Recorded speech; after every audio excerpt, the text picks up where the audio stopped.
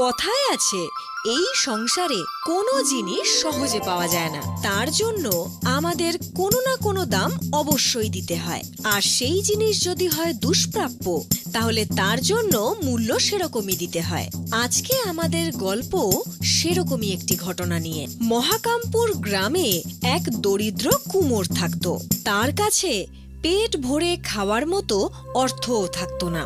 মা, বাবা, খিদে পেয়েছে। এই নে মনু। শোভা, তুমি খেয়েছো? হ্যাঁ, আমি খেয়ে নিয়েছি। মিথ্যে কথা বলো না। আর কোনো খাবার নেই, তাই না? আমাকে তুমি ক্ষমা করে দাও শোভা। আমি তোমাদের দুবেলা পেট ভরে খাওয়াতেও পারি না। ক্ষমা করে দিও আমাকে। এরপর থেকে কুমোর প্রচুর পরিশ্রম করার পরেও তিনজনের পেট ভরে খাবার মতো উপার্জন করতে পারে না। প্রতিদিন তিনজনের মধ্যে থেকে কাউকে না কাউকে খালি পেটে